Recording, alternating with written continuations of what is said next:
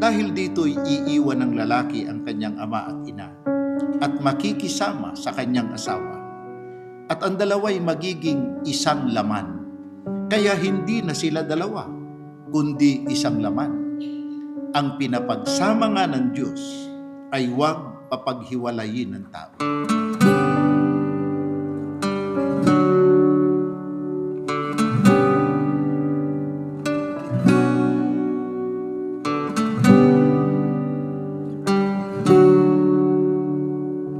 Who would have thought na yung taong papakasalan ko, nakakasalubong ko na pala, nandyan lang sa tabi-tabi, nagmemeryenda ng rice.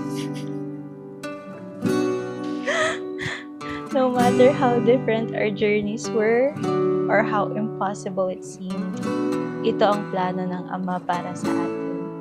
And that's why everything just falls into place.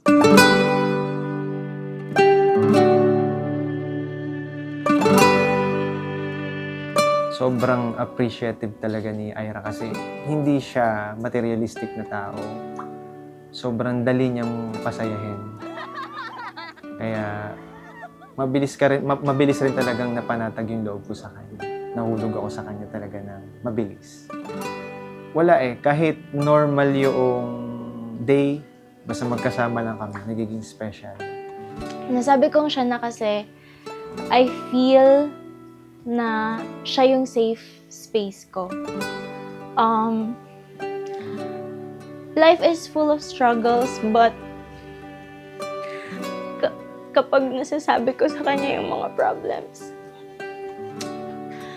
parang feeling ko mas kaya kong harapin yung struggles ko sa life kapag nandyan si Roy.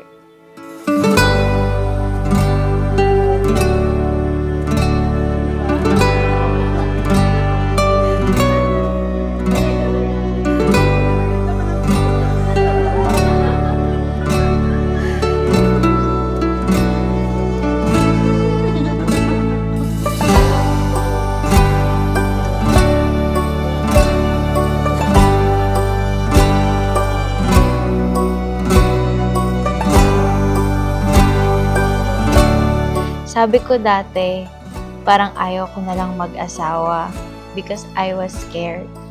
But then I met you. Hindi pa tayo nun, but you told me, hindi ako tatanda ng mag-isa. And today, you fulfilled your promise.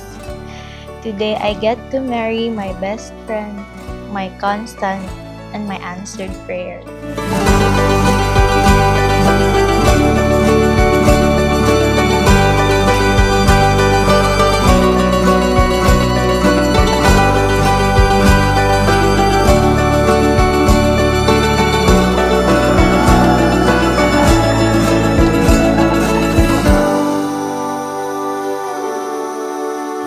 Hello, love. Ira Faye, Pape. Ang bilis ng panahon. Hindi ko akalain na 5 taon nang lumipas mula nung niligawan kita. At ngayon, kasal na natin.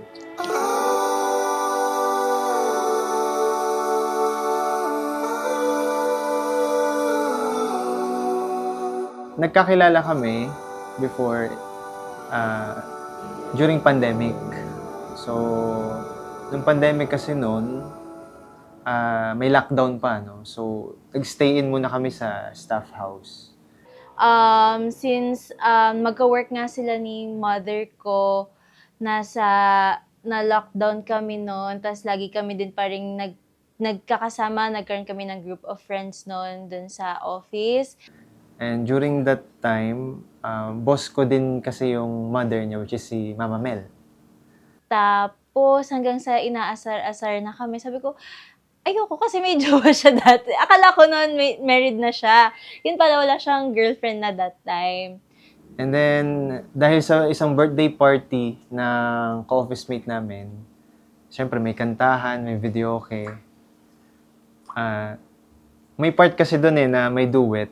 So, ano yun, Pangarap Lang Kita. Ayun. Yan yung kanta. By Parokya ni Edgar. Naalala ko pa yung unang beses tayo nagkausap. Pandemic noon. At halos lahat gumagawa ng paraan para malibang. Dahil sa birthday party ng co-office mate natin, si Sparkle, nakaduwit kita sa karaoke. Nalala mo ba yung kanta nun? Pangarap lang kita, by Dalbakuta. Da, joke lang. Parokya ni Edgar. Mabuti pa sa loto, may pag-asang manalo. Di tulad sa'yo, imposible.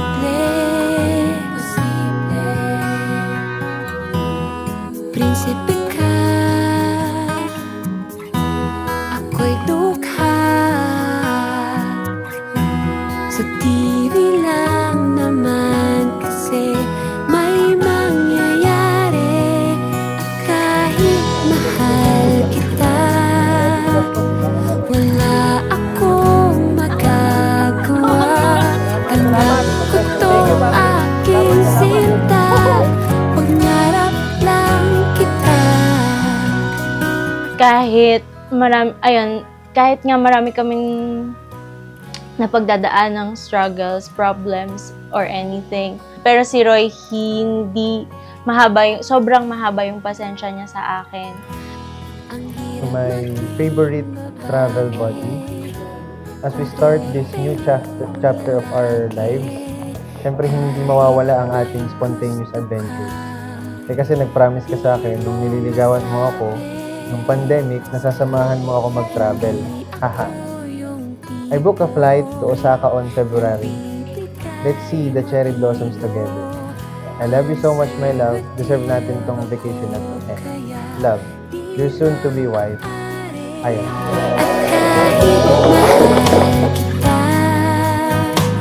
wala akong magagawa. Tanggap ko to aking sinta. Mula noon hanggang ngayon, hindi ka na nawala sa panalangin ko. Na sana, araw-araw akong mas maging better sa tulong at awa ng Ama para mas maging worthy ako para sa'yo. Nahihiya ako dahil sa maraming pagkakataon. Parang di ko nasusuklian ng buong buo yung pagmamahal na binibigay mo. Pero kahit ganun, hindi ka nagbago. Mas lalo mo pa nga akong minahal. Even though I love you, there is nothing that I can do. I have accepted this, my love. You're my dream that won't come true. Kahit mahal kita, akong magagawa. Tanggap ko to aking sinta. Pangarap lang kita, pangarap lang kita. Pangarap ko na hanggang sa pagtanda natin, masaya pa rin tayo. Hindi nawawala yung sweetness, ligawan, kulitan, away. Pero onti lang. Sana onti lang. Sa lahat ng pagkakataon, sana lagi nating piliin na magkaayos. Ano pa man ang pinagtatalunan, kakampi mo ako sa lahat. At hindi kita iiwan. Mahal na mahal kita, Ira Faye. Salamat sa Diyos. Mag-asawa na tayo ngayon. Akong hagkan at yakapin. Hanggang sa pagtanda natin. Nagtatanong lang sa'yo, ako pa kaya'y ibigin mo? Kahit maputi na ang buhok ko. Ang nakalipas ay babalik natin. Ipapaalam. From now on, tayo na magkakampi, magkasama sa lahat ng bagay habang buhay. I am so excited to live the rest of my life with you. I love you so much. Kahit maputi na ang buhok ko, kahit maputi na ang buhok